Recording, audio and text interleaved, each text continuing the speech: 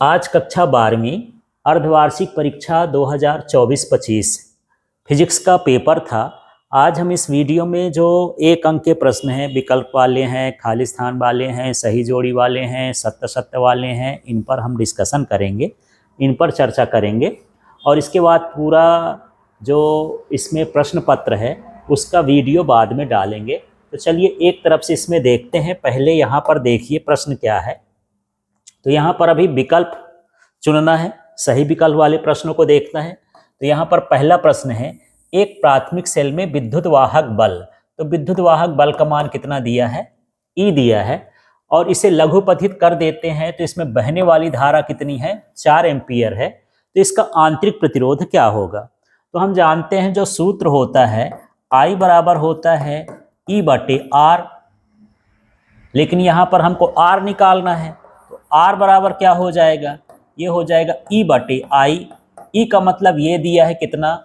2 volt. और यहाँ पर I का मान कितना दिया है? यहाँ पर देख सकते हैं 4 एम्पियर। यदि हम इसको काट के देखेंगे तो ये 0.5 ओम इसका मान हो जाएगा। तो यहाँ पर इसका ये पहला ऑप्शन सही है, 0.5 ओम। इस तरह से यहाँ पर हमको आंतरिक प्रतिरोध का मान निकालना था। अगला देखते हैं, 2 आवेशित वस्तुओं को एक चालक तार से जोड़ने पर उनके बीच विद्युत धारा प्रवाहित नहीं होती है यदि। तो यहाँ सामान्य चीज है, यदि 2 चालकों के बीच का विभव समान होता है तो उसमें धारा का प्रवाह नहीं होता है, क्योंकि धारा के प्रवाह के लिए विभवांतर होना आवश्यक है, दोनों के विभव का अंतर होना आवश्यक है। लेकिन यहाँ पर क्या हो जाएगा? विभव समान होगा। तो यहाँ पर विभव समान है, इसलिए उनमें धारा प्रवाहित नहीं होती। अब यहाँ पर देख लेते हैं, C नंबर का प्रश्न है, एक समान विद्युत क्षेत्र E में रखे द्विध्रुव आघूर्ण P पर वैद्युत द्विध्रुव की स्थितिज ऊर्जा क्या होगी? तो जो स्थितिज ऊर्जा का सूत्र होता है ये होता है -PE cos थीटा। तो यहाँ -PE cos थीटा होगा। अब यहाँ पर D नंबर का प्रश्न देख लेते हैं, परमाणु क्रमांक से तात्पर्य है। तो परमाणु क्रमांक का मतलब होता है नाभिक में प्रोटॉनों की संख्या। तो यहाँ पर ये हो जाएगा ऑप्शन थर्ड, नाभिक में उपस्थित प्रोटॉनों की संख्या। इसके बाद देखते हैं E नंबर का। तो इस प्रश्न को हल करके देखते हैं। यहाँ पर हाइड्रोजन परमाणु की प्रथम उत्तेजन ऊर्जा इतनी है। तो यहाँ पर जो E का मान है, क्योंकि ये बड़ा सा क्वेश्चन दे दिया है और 1 अंक का दे दिया है, तो E बराबर यहाँ पर 10.2 इलेक्ट्रॉन वोल्ट है। और यहाँ पर यदि हम इसको जूल में बदलेंगे तो यहाँ पर 10.2 गुणे 10 1.6 गुणे 10 की घात -19 जूल, ये जो मान है ऊर्जा का, ये इलेक्ट्रॉन वोल्ट में है। यहाँ पर E का मतलब इलेक्ट्रॉन का आवेश है, तो 10.2 लिख दिए, E का मान रख दिए 1.6 गुणे 10 की घात -19। तो हम इसको अब किस में लिख सकते हैं? जूल में। दूसरा हम इसमें देखते हैं कि इसकी तरंग दैर्ध्य पूछ रहा है फोटान की। तो हम जानते हैं कि जो फोटान की ऊर्जा होती है वो होती है hν। तो यहाँ से यदि इस सूत्र को आगे करें तो ये हो जाएगा hν का मान होता है C/λ, और हमको लैम्डा ही पूछ रहा है। तो लैम्डा बराबर क्या हो जाएगा? ये हो जाएगा hc/E। इस तरह से ये सूत्र बना। अब इस सूत्र में हम मान रखेंगे, तो जो h का मान है वो होता है 6.62, और जो C का मान है ये 62 गुणे 10 की घात, यहाँ पर 10 की घात -34, ये हो गया H का मान। और इसके बाद यहाँ C का मान है तो 3 गुणे 10 की घात 8 है। इसके बाद यहाँ पर E का मान देख लेते हैं। E का मान देख लेना है, जूल वाला रखना है SI मात्रक का, 10.2 गुणे 1.6 गुणे 10 की घात -19। अब इसको हम हल कैसे करेंगे? तो यहाँ लैम्डा इक्वल टू, पहले संख्या को अलग कर लेना है। तो ये हो जाएगा 6.62 और गुणे 3 बटे में, देखिए यहाँ ये मैं इसको लिख दिया और इसको लिख दिया, यहाँ हो जाएगा 10.2 और गुणे 1.6। तो संख्या अलग कर लिए हैं, नीचे की संख्या ऊपर की संख्या, और गुणे हो जाएगा 10 की घात यहाँ -34, और ये 10 की घात ऊपर 8 है तो ये +8, और ये -19 ऊपर जाएगा तो ऊपर जाके ये क्या हो जाएगा? +19। इस तरह से मान आ जाएगा। फिर आगे हल करके देखते हैं। यहाँ पर लैम्डा है, यदि यहाँ पर देखें दशमलव के बाद कितने अंक दिख रहे हैं आपको? 2 अंक।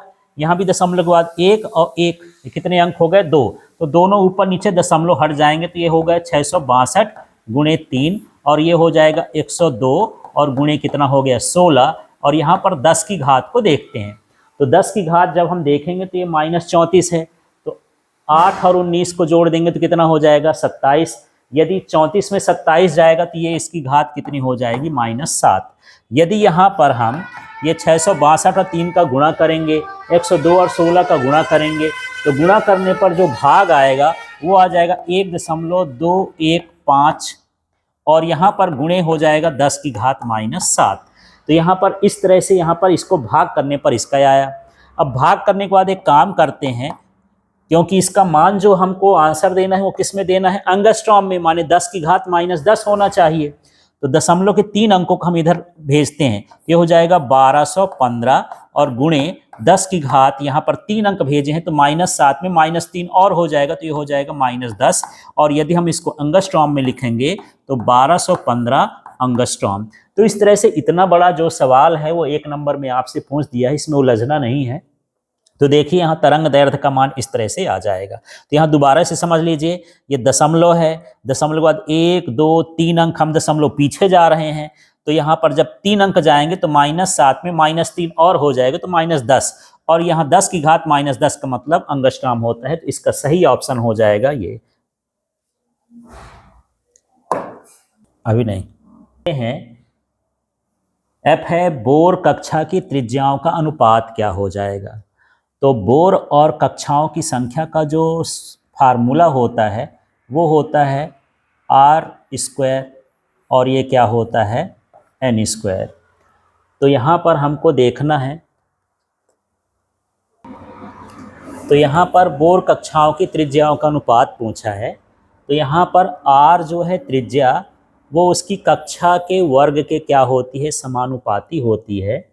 यदि पहली कक्षा की त्रिज्या 1 है तो यहाँ पर 1 का वर्ग करेंगे और यदि दूसरी कक्षा है तो 2 का वर्ग करेंगे, माने 4 हो जाएगा और 3 का वर्ग करेंगे तो क्या हो जाएगा 9 हो जाएगा। तो ये अनुपात हो जाएगा 1:4:9। अब चलिए इसमें देखते हैं, खाली स्थान है, उचित शब्द के द्वारा रिक्त स्थान की पूर्ति करिए। तो यहाँ पर जो पहला प्रश्न है उसको देखते हैं। समविभव पृष्ठ के किसी बिंदु पर विद्युत क्षेत्र की तीव्रता पृष्ठ के खाली स्थान होती है। तो जब हम गुण लिख रहे थे उसमें देखे थे कि समविभव पृष्ठ और विद्युत क्षेत्र परस्पर क्या होते हैं, लंबवत होते हैं। तो यहाँ पर क्या लिख देंगे, लंबवत। तो पहले स्थिति में आपको लंबवत भरना है, पहले वाले में। दूसरा है संट धारा मापी को कम कर देता है। तो यहाँ पर धारा मापी की सुग्राहिता को कम कर देता है। यहाँ पर जो संट है उसके प्रयोग से धारा मापी की सुग्राहिता कम हो जाती है, तो इसमें क्या भरना है, सुग्राहिता।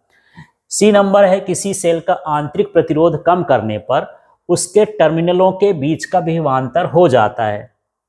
तो यहाँ पर देख लेते हैं कि जो विभवांतर है और आंतरिक प्रतिरोध है, तो जब हम आंतरिक प्रतिरोध का मान कम करेंगे तो विभवांतर का मान क्या हो जाएगा, अधिक हो जाएगा। तो यहाँ पर क्या हो जाएगा, अधिक हो जाता है, या कह सकते हैं कि बढ़ जाता है। इसके बाद यहाँ पर जो डी नंबर है, प्रेरण प्रतिघात एक्सेल का एसआई पद्धति में मात्रक है। तो जितना भी प्रतिघात होता है, प्रतिरोध होता है, उन सभी का मात्रक क्या होता है, ओम होता है। तो यहाँ पर क्या हो जाएगा, मात्रक ओम। अगला देखते हैं, प्रकाश तरंगों की आवृत्ति खाली स्थान कोटि की होती है। तो प्रकाश तरंग की आवृत्ति की कोटि जो होती है 10⁴ हर्ट्ज होती है। इसके बाद यहाँ एफ नंबर देखते हैं, सबसे अधिक आवृत्ति की विद्युत चुंबकीय तरंग है। तो सबसे अधिक आवृत्ति वाली जो विद्युत चुंबकीय तरंगें होती हैं कौन सी होती हैं, गामा तरंगें होती हैं। अब हम अगले प्रश्न की ओर चलते हैं और यह प्रश्न है सत्य अथवा असत्य लिखिए। तो यहाँ पर ए नंबर है, हाइड्रोजन परमाणु की मूल कक्षा की त्रिज्या 0.5 एंगस्ट्रॉन होती है, 5-3 एंगस्ट्रॉन, ये सत्य है।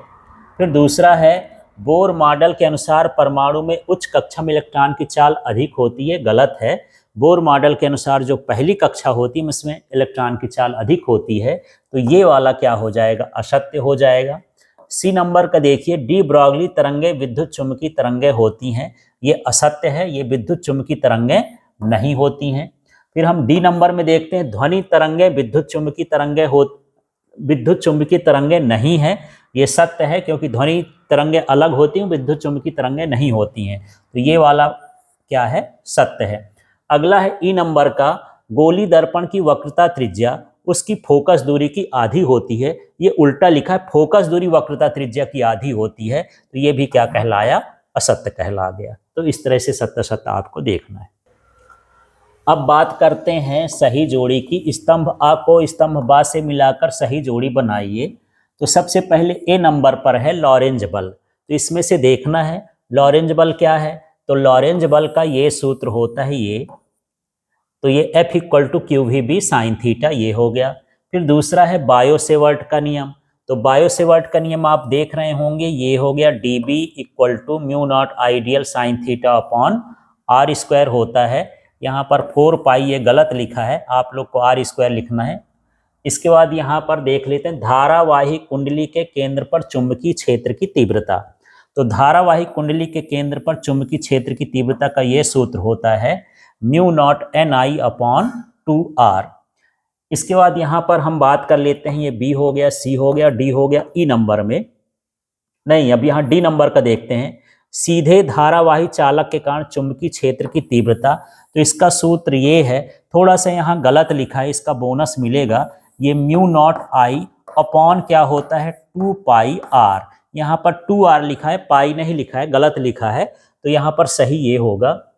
इसके बाद ई नंबर का देखिए, सरल सूक्ष्मदर्शी की आवर्धन क्षमता।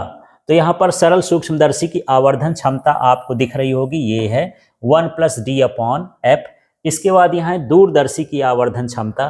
तो दूरदर्शी की आवर्धन क्षमता का ये हो जाएगा FO अपॉन FE। अब यहाँ पर प्रत्येक प्रश्न का एक शब्द एक वाक्य में उत्तर लिखिए, तब यहाँ पर समझते हैं। उस घटना का नाम लिखिए जो विद्युत चुंबकीय तरंग के क्वांटम प्रकृति को बताती है। तो यहाँ पर जो प्रकाश विद्युत प्रभाव की घटना होती है, प्रकाश विद्युत प्रभाव, वो उसके क्वांटम प्रकृति को, कणीय प्रकृति को दर्शाता है। क्वांटम का मतलब यहाँ कण से है, तो यहाँ हो जाएगा प्रकाश विद्युत प्रभाव। इसके बाद यहाँ पर है देहली आवृत्ति। तो यही है आपतित विकिरण की वह आवृत्ति जिसके नीचे इलेक्ट्रॉन का उत्सर्जन, धातु की सतह से इलेक्ट्रॉन का उत्सर्जन संभव नहीं होता है, उसे हम देहली आवृत्ति कहते हैं। तो इस तरह से थोड़ी सी बड़ी परिभाषा है, फिर से सुन लीजिए। आपतित विकिरण की वह न्यूनतम आवृत्ति जिसके नीचे धातु की सतह से इलेक्ट्रॉन का उत्सर्जन संभव नहीं होता है, उसे ही क्या कहते हैं, देहली आवृत्ति। इसके बाद सी नंबर में देखते हैं, कौन सी प्रकाश किरण लेंस से बिना विचलित हुए निकलती है। तो देख लेते हैं, यदि हम ये लेंस बनाए हैं और इसका ये जो बीच वाला भाग होता है, ये प्रकाश केंद्र होता है, तो जो किरण प्रकाश केंद्र से जाती है वह बिना विचलित हुए निकलती है। तो आपको चित्र नहीं बनाना है, इसमें पूछा है कौन सी प्रकाश किरण लेंस से बिना विचलित हुए जाती है। तो जो प्रकाश किरण, यहाँ पर हो जाएगा जो प्रकाश किरण लेंस के प्रकाश केंद्र से गुजरती है, प्रकाश केंद्र से गुजरती है, वो बिना विचलित हुए निकलती है। इसके बाद यहाँ पर डी नंबर का देखते हैं, किस दर्पण से आभासी बड़ा प्रतिबिंब प्राप्त किया जा सकता है और कब प्राप्त किया जा सकता है। तो हम 2 तरह के दर्पण पढ़े हैं, उत्तल और अवतल। तो यहाँ पर जो उत्तल दर्पण है वो तो हमेशा छोटा प्रतिबिंब बनाता है, तो यहाँ पर आंसर क्या हो जाएगा, अवतल दर्पण। अवतल दर्पण से हम क्या बना सकते हैं, आभासी और बड़ा प्रतिबिंब बना सकते हैं। क्वेश्चन है कब बना सकते हैं, तो जब वस्तु ध्रुव और फोकस के बीच होती है। जब वस्तु कहाँ हो, ध्रुव और फोकस के बीच होती है, तब हमको कैसा प्रतिबिंब मिलता है, आभासी और बड़ा प्रतिबिंब मिलता है। तो यहाँ पर दर्पण का नाम पूछा है, तो दर्पण क्या हो जाएगा, अवतल दर्पण। और यहाँ पर कब पूछा है, तो उसका आंसर हो जाएगा जब वस्तु ध्रुव और फोकस के बीच हो। इसके बाद यहाँ पर ई नंबर में एक्स किरण की तरंग दैर्ध्य 1 एंगस्ट्रॉन है, इसकी आवृत्ति कितनी होगी। तो यहाँ पर ये जो 1 एंगस्ट्रॉन दिया है, लैम्डा का मान दिया है, इसका मतलब 10⁻⁻10 मीटर। इसको हम 1 एंगस्ट्रॉन को लैम्डा के उसमें रख लिए हैं।